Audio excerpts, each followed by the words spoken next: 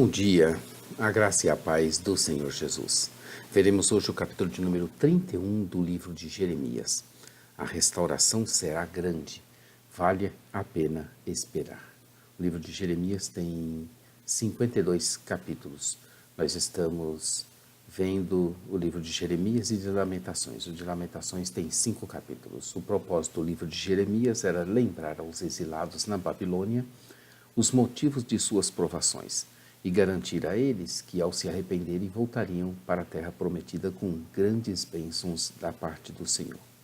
Eu sou o pastor Daniel Deusdete, da Igreja Os Semeadores. Todos os dias estamos aqui com uma palavra de Deus de um capítulo da Bíblia. Começamos esse projeto em 2016 e iremos até 2019, quando iremos concluir essa parte. Hoje, abre aí a sua Bíblia no capítulo de número 31, para você fazer uma leitura prévia antes de nos ouvir. Se você desejar também, você pode entrar em nosso blog site jamaisdesista.com.br, onde você vai encontrar a parte escrita dessa narrativa que irá nos auxiliar bastante no estudo de hoje do capítulo de número 31 do livro de Jeremias. Estamos na 13ª parte em continuação, que é a certeza da restauração.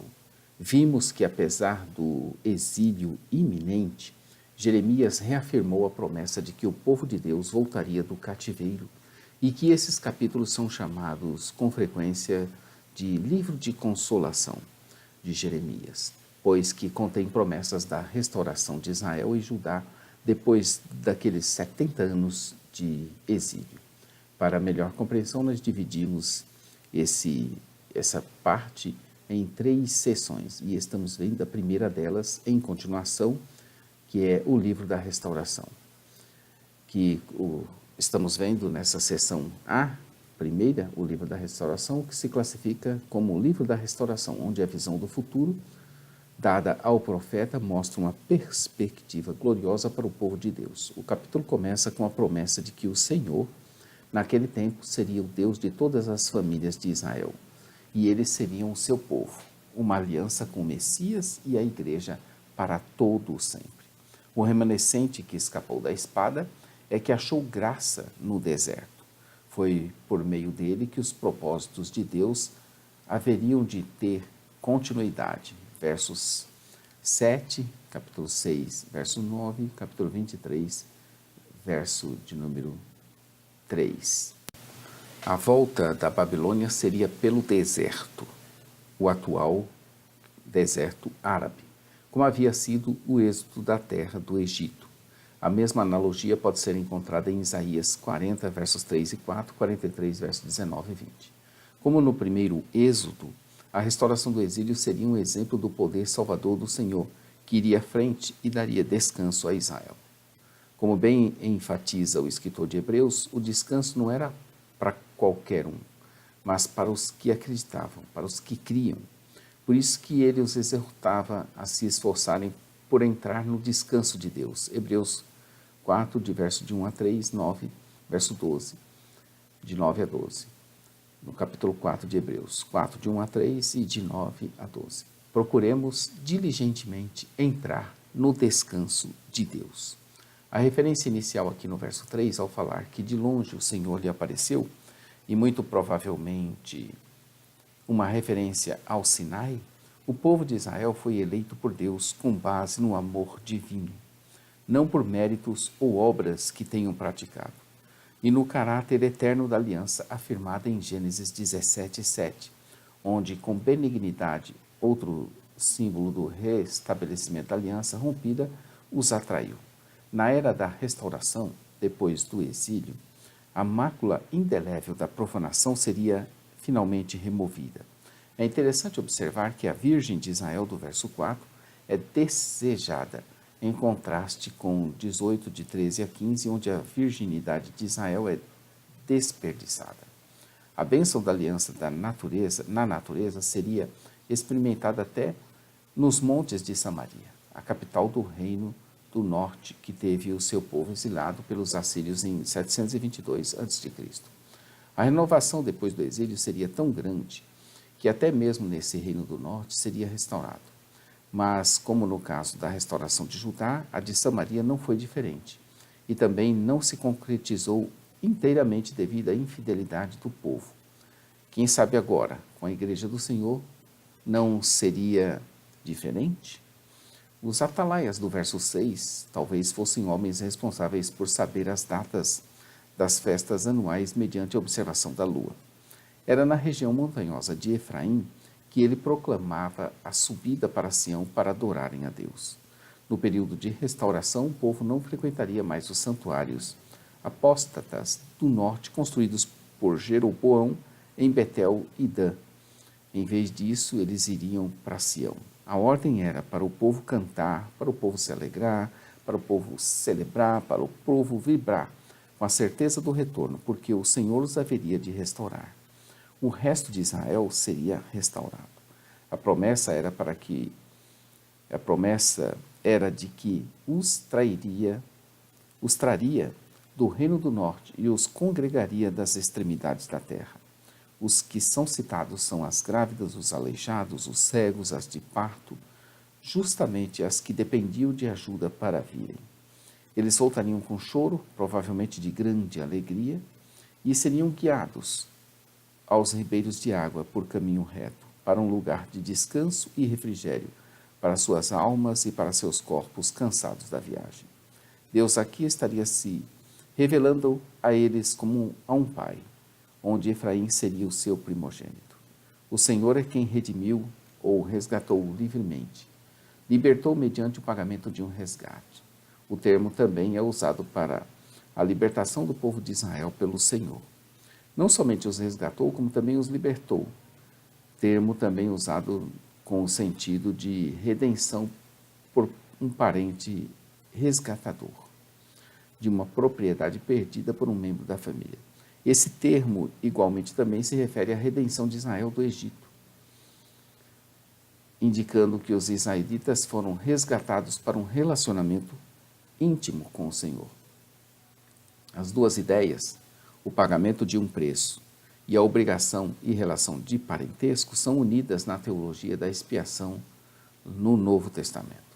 Haveria uma mão forte, uma mão mais forte do que Jacó, que o prendia no seu cativeiro, mas Deus, seu resgatador e o seu redentor, os livraria, e agora viriam e cantariam de júbilo nos altos de Sião, onde estariam radiantes pelos inúmeros benefícios do Senhor. Verso 12, que nos faz ser esse jardim regado, especial, repleto de bênçãos. De bênçãos do trigo, o pão que sustenta e dá vida. Repletos do mosto, o que alegra o coração. Repletos do azeite, que separa e que unge para o serviço. Repletos dos cordeiros, do próprio sacrifício. Dos bezerros, do próprio sacrifício. Onde a Virgem se alegrará na dança, como bem assim os mancebos e igualmente os velhos, porque o Senhor trocaria o pranto por gozo, a tristeza por alegria, e os consolaria. Verso 13. Também os sacerdotes e todos do povo se fartariam das benesses do Senhor. No verso 15, um lamento, um choro incomum em Ramá, que ficava na tribo de Benjamim, no antigo território do norte. Raquel era a avó de Efraim e Manassés, progenitores das principais tribos do norte. Ela é retratada chorando pela destruição do reino do norte. Em Mateus 2,18, essa imagem é aplicada à matança de inocentes ordenadas por Herodes, pois Israel ainda estava sob a tirania de potências estrangeiras, os romanos, quando Jesus nasceu. A promessa é que seus filhos voltariam, verso 17, para os seus termos, ou seja, ressuscitarão no tempo devido. Efraim aqui se mostra arrependido e crente em sua absolvição final, embora tenha de passar por algum disciplinamento necessário para a sua edificação. Ele exclama e pede para ser castigado, e depois de restaurado, pois nele havia arrependimento.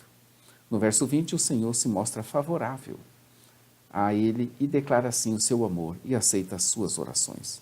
No tempo devido, será ou seria ele restaurado e reintegrado ao povo de Deus.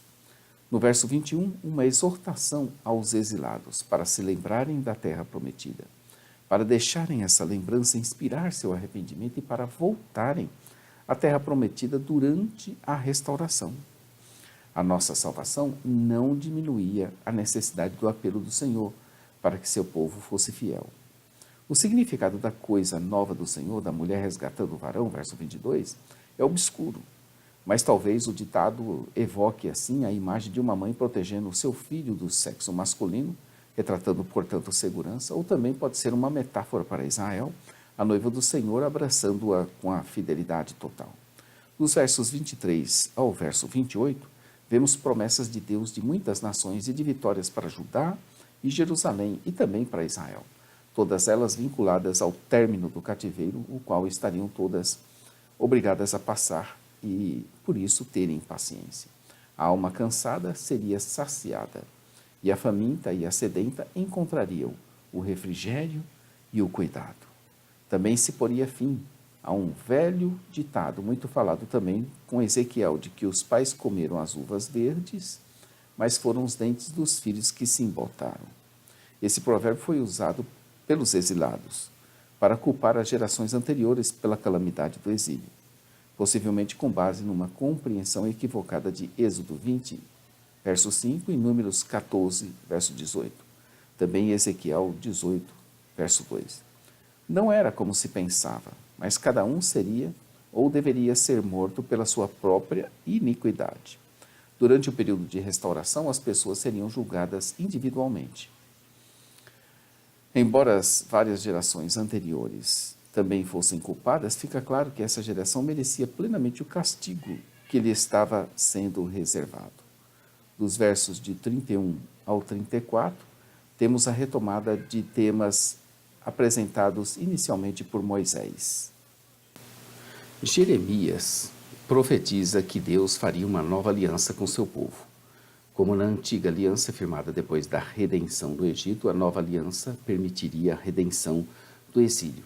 Essa passagem é citada em Hebreus, no capítulo 8, dos versos 8 ao verso 12. O profeta, ao se expressar, verso 31, que viriam dias de novo pacto, ele está se referindo ao período de restauração, depois do exílio, quando Deus abençoaria o seu povo ricamente. A ideia da nova aliança não era algo que fosse novo nesse sentido de ressurgimento, mas de renovação. O conceito claro aqui é de uma aliança renovada em vez de uma substituição de aliança. A Bíblia de Estudo de Genebra propõe, e achamos interessante essa pausa, que se veja o seu artigo teológico A Aliança das Obras e a Aliança da Graça, que está no capítulo de número 6 de Gênesis, e também o quadro As Principais Alianças na Bíblia, em Gênesis 9. Recomendamos que você veja esse artigo teológico e também esse quadro, que ele é muito enriquecedor para a compreensão desse tema da aliança. Algumas passagens do Novo Testamento revelam que a nova aliança se cumpriu em Cristo, que se realizou o desejo do Senhor de ter um relacionamento pactual renovado com o seu povo.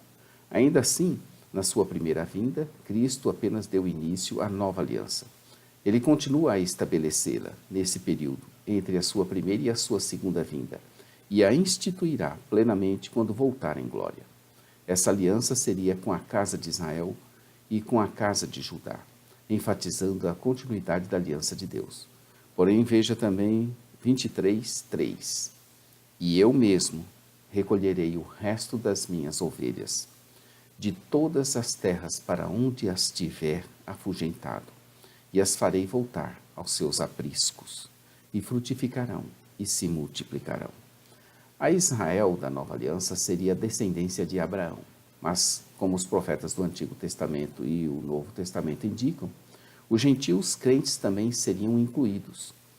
Essa foi a maior bênção de Deus a todos os povos da terra, as quais alguns judeus mais zelosos acharam difícil de suportar tal compartilhamento dessas bênçãos de Deus, pois queriam mesmo a exclusividade delas. A nova aliança a ser sancionada estaria em contraste com a antiga aliança, no sentido de que, de modo algum, ela seria quebrada como a antiga foi quebrada. Em outras passagens, esse contraste é associado à graça, mediada pelo servo justo, que, pelo seu sacrifício definitivo, garantiria as bênçãos da aliança para o seu povo.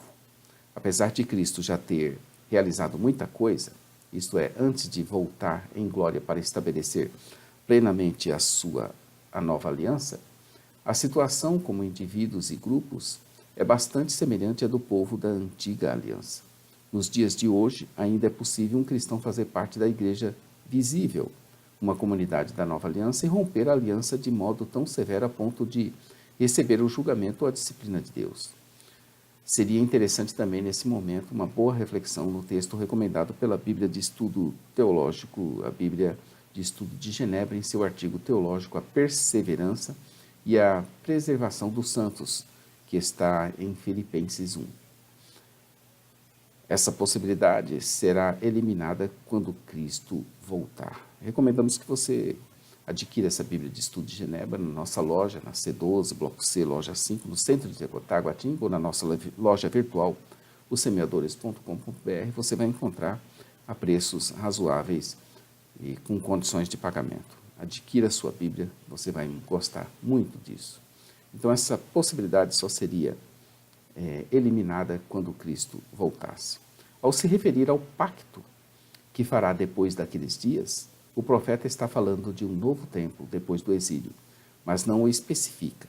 O Novo Testamento mostra que esse período foi iniciado por Cristo Jesus. O novo pacto seria inculcado diretamente na mente e diretamente no coração do crente. Os judaítas incrédulos do tempo de Jeremias reduziram a lei a um padrão externo, numa atitude bastante parecida com a dos judeus do tempo de Jesus e da igreja primitiva, cheia de regras, cheia de preceitos a serem observados. Só para vocês terem uma ideia, há cerca de 617 deles. A ideia da lei impressa na mente e no coração não é nova. Era o ideal da antiga aliança, que se realizou parcialmente nos homens e mulheres do Antigo Testamento que demonstraram ter uma fé verdadeira. Quando a nova aliança for plenamente instituída com a volta de Cristo, a lei de Deus será gravada no coração de cada participante da aliança de tal modo que se tornará impossível desobedecer a ela. Enquanto esse dia não chega, os cristãos experimentam o cumprimento parcial dessa promessa. Assim, novas tentativas de interiorizar e amar a lei de Deus nunca são inteiramente bem-sucedidas. O fato é que, como não temos o livre-arbítrio, diga-se, de passagem, como o fato de não conseguirmos agir de modo contrário à nossa natureza. Entendido? Hoje é impossível não pecar. Depois, continuará sendo impossível, pela ausência do livre-arbítrio, de pecarmos. Então, hoje, a minha natureza, a natureza do homem, é pecadora. Então, ele peca. Eu não vou mais pecar.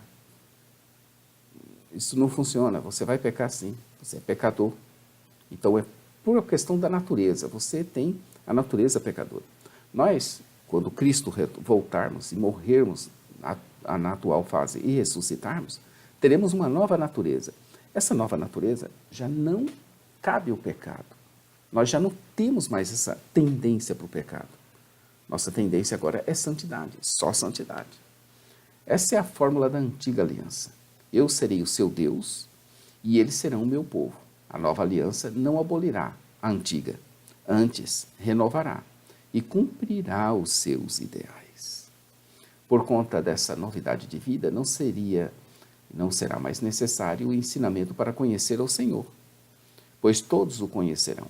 Essa exortação resume a obrigação da lei. A antiga aliança exigia que o povo de Deus o conhecesse, mas durante o exílio, o conhecimento de Deus em Israel quase se extinguiu. Na plenitude da nova aliança, quando Jesus voltar, todos os seus participantes conhecerão a Deus, que realizará na nova aliança aquilo que foi ordenado na antiga. De acordo com a sua promessa, ele dará ao seu povo um coração para conhecê-lo. Por certo, apesar de Cristo ter dado início à nova aliança com sua morte e também com a sua ressurreição, nem todos os participantes da nova aliança, a igreja visível, têm um conhecimento salvador do Senhor. Os cristãos de hoje ainda precisam ensinar uns aos outros a conhecerem ao Senhor. As palavras de Jeremias só se realizarão completamente quando Cristo Jesus voltar em glória. A base da promessa do perdão, nos versos 32 e 33, é identificada aqui como uma nova obra de redenção que se iniciou em Cristo em sua primeira vinda e se completará plenamente na volta de Cristo. Veja Hebreus 10, de 1 a 17, onde jamais se lembrariam novamente dos nossos pecados. No Antigo Testamento, a palavra lembrar, ela implica tomar atitudes com base num compromisso anterior. Gênesis 8, 1. Assim, essa promessa se refere ao tempo, a um tempo em que Deus não mais agiria para julgar o seu povo pelos seus pecados, como havia feito segundo o seu compromisso anterior na antiga aliança. Um tempo em que o sistema sacrificial da antiga aliança deixaria de existir, uma vez que servia de um lembrete permanente dos pecados. A palavra jamais ressalta que a expiação futura pelos pecados seria definitiva, perfeita, eliminando a necessidade de outros sacrifícios pelo pecado. O fato é que Deus não iria esquecer no sentido de perder a sua memória. Isso é impossível. Mas no sentido de que não tomaria mais decisões a partir daquele contexto ruim do pecado. O verso 1 do capítulo 31 diz: Naquele tempo, diz o Senhor, serei o Deus de todas as famílias de Israel, e elas serão o meu povo. Esse é o verso 1 do capítulo de número 31, que tem 40 versículos. O verso 40 diz: E o vale inteiro dos cadáveres e da cinza, e todos os campos até o ribeiro de Cedron, até a esquina da porta dos cavalos para o oriente, tudo será santo ao Senhor. Nunca mais será arrancado, nem derribado. Dos versos 35 aos versos 37, vemos Deus falando da sua criação e que fora afetada essa criação pela queda do homem. Em outros tempos, a infidelidade pactual de Israel trouxe julgamento sobre a própria criação.